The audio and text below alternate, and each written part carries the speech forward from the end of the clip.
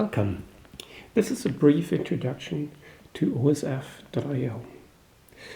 It's a very great place to document and store your quantitative analysis. What is it for? OSF stands for the Open Science Framework, and really it's about making your quantitative research, your social sciences, open.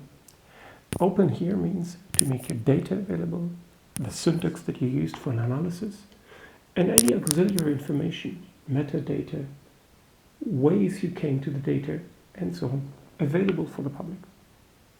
It is a place where you can publish your research, your findings, maybe even just appendices, and crucially, make it findable through a stable URL that will continue to be there. And this is, maybe something old-fashioned, but really, you want to make sure that in 5 years, you can go back and find your data, find your syntax, and say to someone, here it is, check what I've done. I'm right, you can trust my research. For that, it's also quite important to have something that's called version control. It's the possibility for you to save a document, save it again, save it again, save it again, and without having to change the file name or having something like track changes, be able to go back to the older versions when you realize, oh, I've done something wrong, or I want to go back to what I've done 2 weeks ago because I had a clever idea, which I've now written. Why would you do all this? Well, the name Open Science Framework already tells you quite a bit about it. It's about research transparency, which really is the key to good research. Don't just rely on people trusting you that what you do is good. Tell them, here's my data, here's my code. You can check for yourself. It's always better to show than just to be trusted.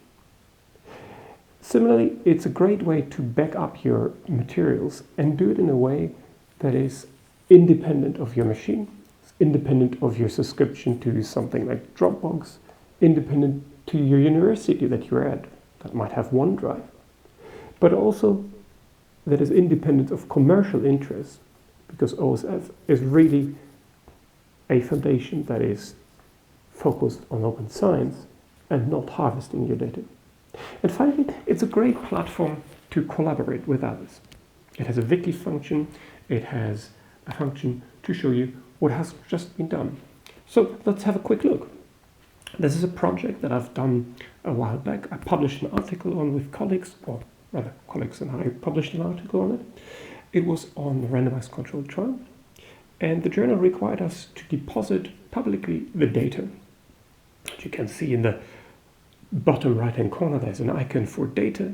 You can go to this page, download the data, download the syntax, but you also get, and that's, I think, what's quite nice, a fair bit of explanations. You have the wiki you can see here, and they use another button you can see. You can get a citation, which works like a digital object identifier, the DUIs that you have for journal articles. It is stable and will be around, like you would cite a book. Now, what do you need to use all this? Well, you need to register at osf.io. You need to have some files you want to start. Ideally, and this is for the future, if you've done some quant analysis in R, learn something like R Markdown, because it allows you to customize this page. If you're using R already, you might as well use the osfr package, which allows you to deal with osf.io straight out of RStudio, and you don't even have to go to the web page. Now, let's go and have a look. Here is my project page. If you've registered and you started, the first thing that you will see is a dashboard and the create new project button. We'll quickly click on this and say, this is my test project. And I will go to my project. And the first thing that I want to highlight to you is up here. It's the URL. You see the URL is quite cryptic. It just said osf.io and then it has this random set of letters and numbers. But that's by purpose. It really allows you to have a stable URL, something that will stay. Now, you have the title of the project, you have the wiki area, and then you have the file store area. And this is really the heart and the thing that I want to focus on for today. If you click on it, you get an upload download button, and let's just upload a file. I've put a very silly bit of R code here, which I upload. You see it's uploaded there. And first, two things. You see next to the storage, it says Germany, Frankfurt. This is quite important. If you have data that you can only make public under GDPR, it should be on a server in the European Union. You can choose the server when you set up the project. You saw on the project that I had this Germany, Frankfurt in there, but you can choose a server in Canada, in the US, or anywhere else. Now let's click on that silly bit of code. A new page opens, and this page really is what anybody could see. But you see the R code already kind of nicely highlighted here. It has a download button and all that. You can even edit it if you wanted. But key bit about this page is the version 1. I will now go open that bit of software. Here's the silly bit of code. It's a plot that makes a plot from an inbuilt dataset. Let's just repeat this and save it again.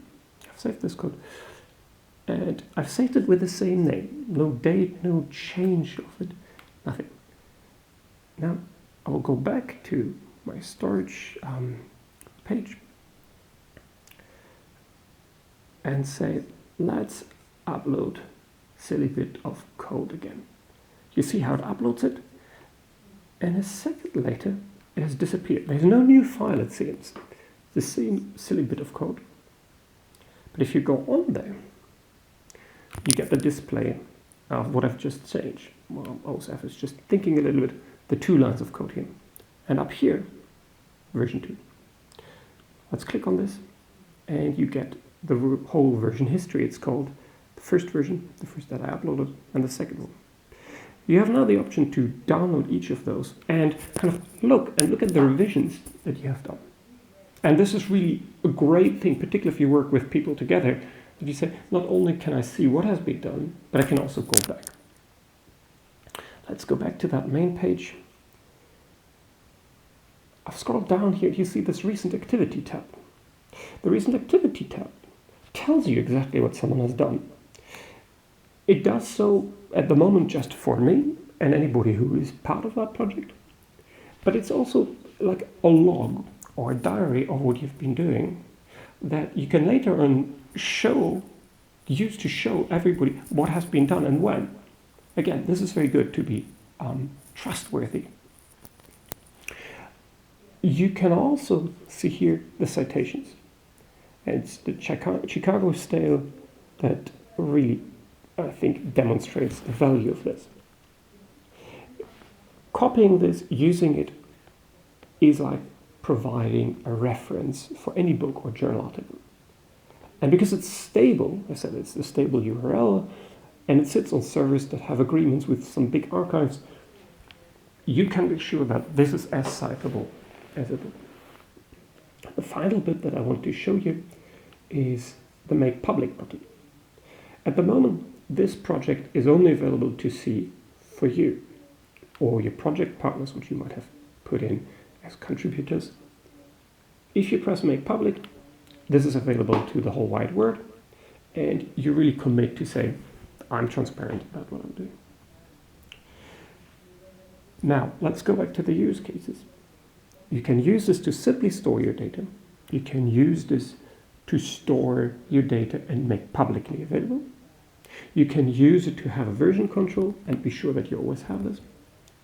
And overall, you can use it to do better quantitative social sciences, because you have safe data, public data, and public code in a very easy way. Thank you very much.